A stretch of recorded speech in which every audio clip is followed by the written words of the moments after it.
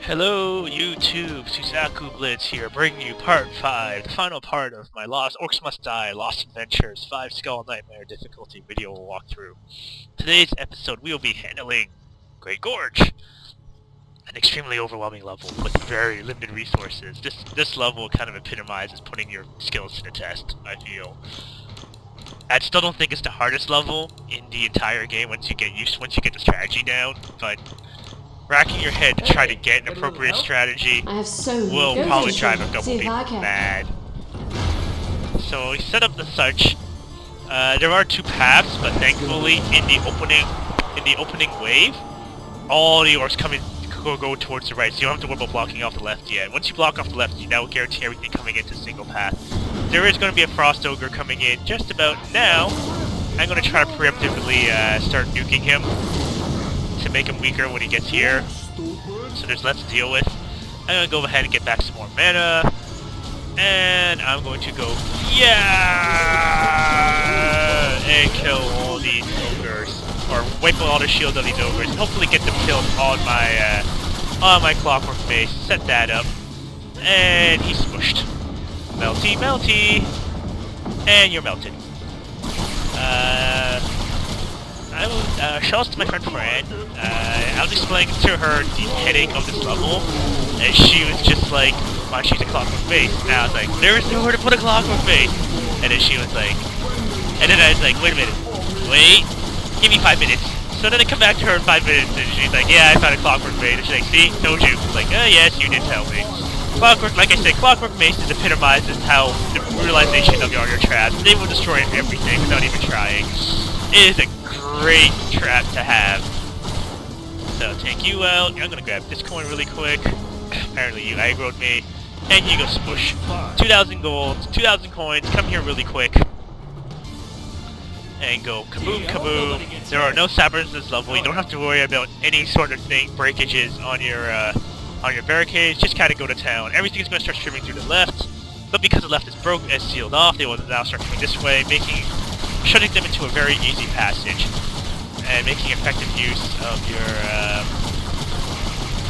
coins, because you want to spend your coins, your first round coins on Death Augmenter and a clockwork base and those 2 barricades, and at a total of 3,400. That's basically all your gold. That's basically all your coins, and you just use 1 more to set up the turret trap to help set up, and then you save the remaining 200 to get the next turret trap. Good to go. On War Mage, this level is very simple because there are I would say a quarter amount of flyers they throw at you, and B, well, there are a quarter amount of flyers that are coming at you, and B, there are just our shield to deal with. Here comes round 3. Yes, those are 2 Null Hunters coming this way. I just want to say, come here, buddies, come here. I see you. I'm just gonna back up like so. Get clobbered by the clockwork mace a little. Freeze him in place. Hi! That's quite a nice green you have there, and now you're done. So that's pretty much the extent of the ground forces coming in on round 3. Everything else is flyers, like so. Take them out as such. Thankfully, round 3 is simple, in the sense that if you stand right here, the rift will heal you. You also get mana back.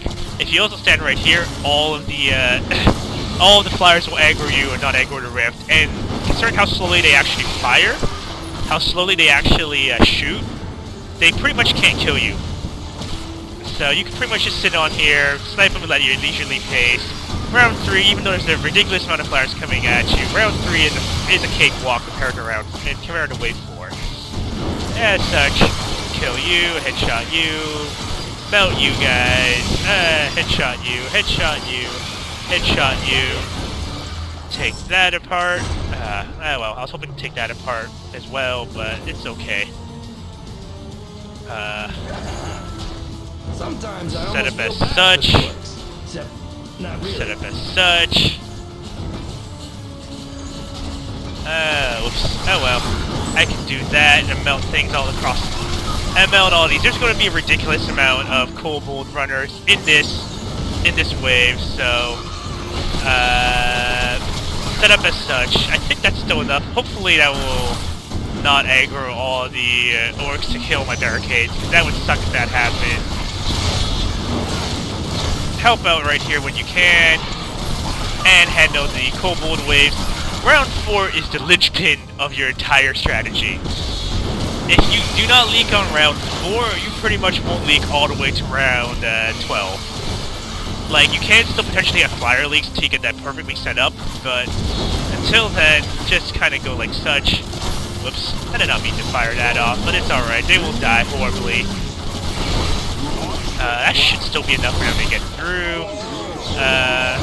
I will continue to shoot through the middle. Yes, I did put clockwork bases up as such, because you know what?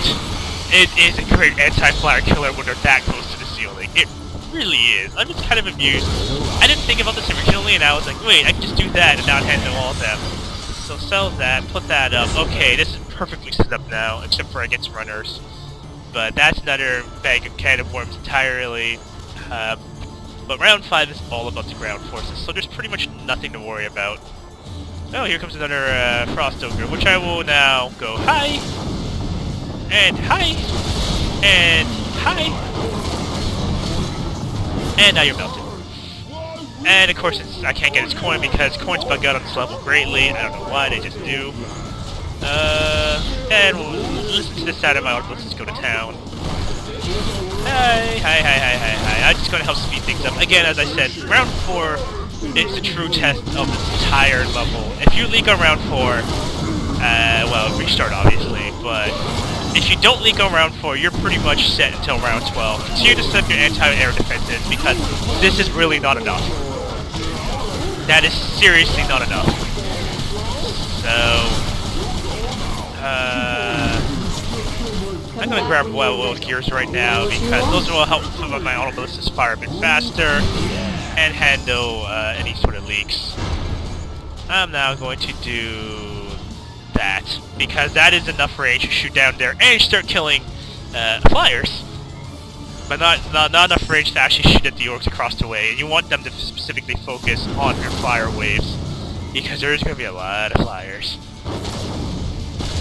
Okay, and melt you. Put a couple of headshots, maybe. I notice when you're shooting up an incline, your shots kind of go wide. The auto aim is really wonky. I'm not sure why it does that. But it just is. Yes, here comes more,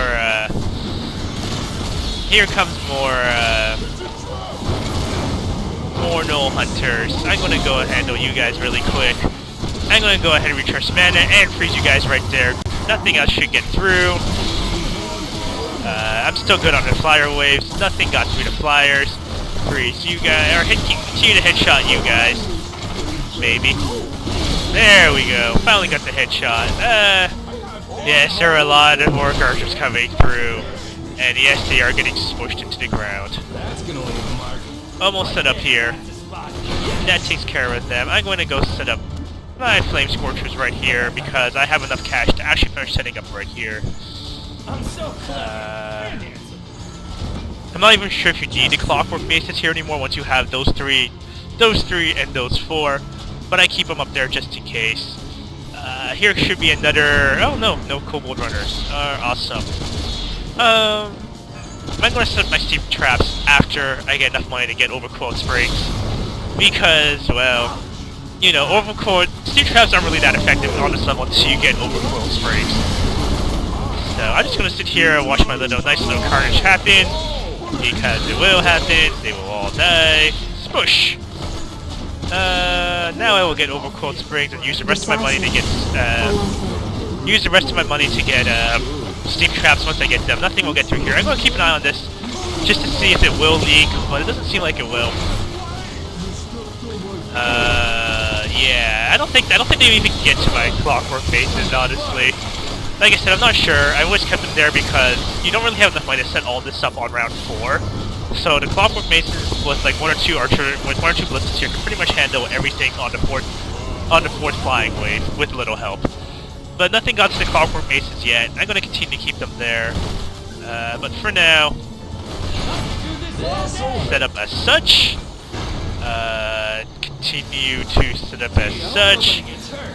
The steam traps will knock some of the orcs and kobolds high enough to fire off those arrow walls. And the arrows have infinite range until they hit something. So use that to your advantage, because if this is on a higher incline, it will hit things coming in across the bridge. So it's useful for that. That's why I'm putting them up there right now. You're not going to go off too often, but they'll go off enough to make a difference. But yeah, like I said in the last episode, Overcold Springs plus Stain Traps can pretty much hold ogres more or less indefinitely. So use that to your advantage on this level, because there are a lot of ogres to deal with. As you can tell by the little blender I have right there. But, yeah, okay, so I'm gonna wait until I can get a clear shot on that ogre.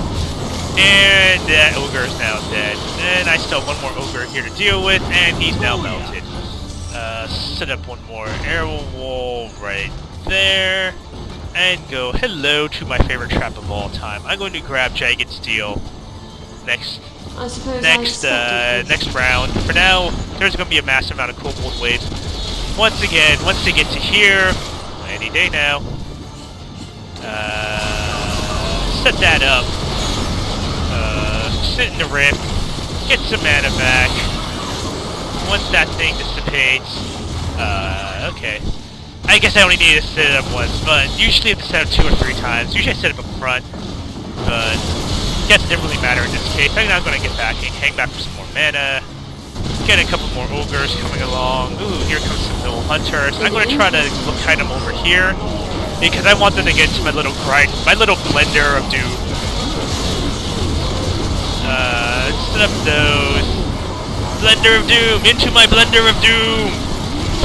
Yes, I'm calling it a blender of doom. I'm not sure why, but I guess because everything kind of goes up and down, and then they get chopped to pieces. As I say, I'm making orc salsa. And more hard drive lag for the win. Melt you, and you are done. I have a ton of cash now. I'm going to continue to set this up. Yes, they are. I'm going to continue to set that up as such. You can set up arrow walls right here, but arrow walls do have a push effect to it.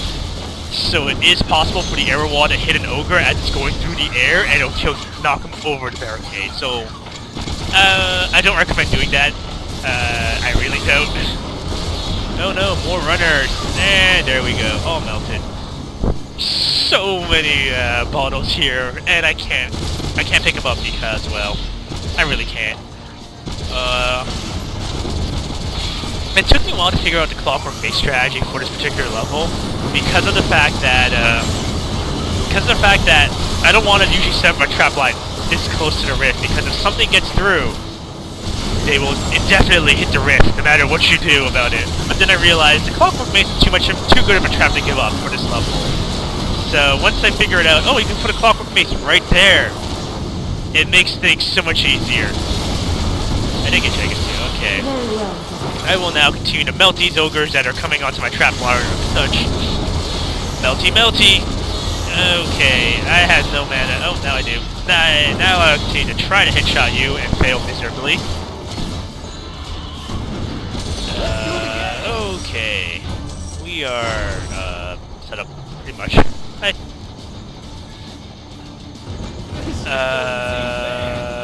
So, we are on wave 11 to 12. More ogres! And even more ogres, because the game loves ogres, and the game loves kobold runners. There are a lot of runners on this level. There are a lot of ogres on this level. Like I said, this level can be very overwhelming for the uninitiated. It takes a little bit to get used to just the sheer amount of numbers coming across. But once you set up your blender as such, nothing should get through. Yes, there are more runners. Yes, I will melt them as such. I'm going to try to melt them further up because I don't want them setting up my steam traps. I want to save my steam traps for the ogres. Because like I said, an ogre on a steam trap can be locked out indefinitely. And he's done. He got clobbered. I don't think so, buddy. I don't think so. I saw you try to sneak up on me like a ninja. So yeah, more ogres. If you thought the amount of ogres on reverse tower was bad, the amount of ogres on here is just ridiculous. And the thing is, since there are frost ogres, you really can't take them out you can't freeze them indefinitely with the ice amulet. So you eventually do have to kill them, but you can't stun them indefinitely with the steam trap. Which one's still alive? Oh, that one's still alive! Okay, he's done. Well, wave 12. Here we go. Here is the final wave of the day. I'm gonna do that, because really there's nowhere else to set auto ballistas. There really isn't. If you put them too far out, they're not gonna be able to shoot very well, because you kinda want them to shoot down here. So, like, I don't even think that third row up here can actually shoot that far down. But they're great to handle everything coming down the line. As such, I'm gonna do that. Oh, here comes some more frost ogres. I'm gonna continue to melt them as so. Yep, that's the sound of more snow hunters hitting the table. There's the sound of more ogres going up and down. The sound of auto ballistas, the symphony of auto ballistas. Oh boy. Almost leaked right there. That could have been bad. The symphony of kobold snow hunters hitting the table, and they're all dead. Oh man, this level just had so many shenanigans that it's not even funny. And yes, there were even more ogres. Alright, nothing should get through. This is my little blender right there. In fact, they all died horribly on the way in. Only thing left is this serious amount of flyers. And there we go. There's the 5-skull victory dance. I hope you enjoyed yourself. I hope you enjoyed this series. It was a blast recording this. You all take care, and see you for my next project, whatever that might be. Suzaku Blitz signing out. Take care.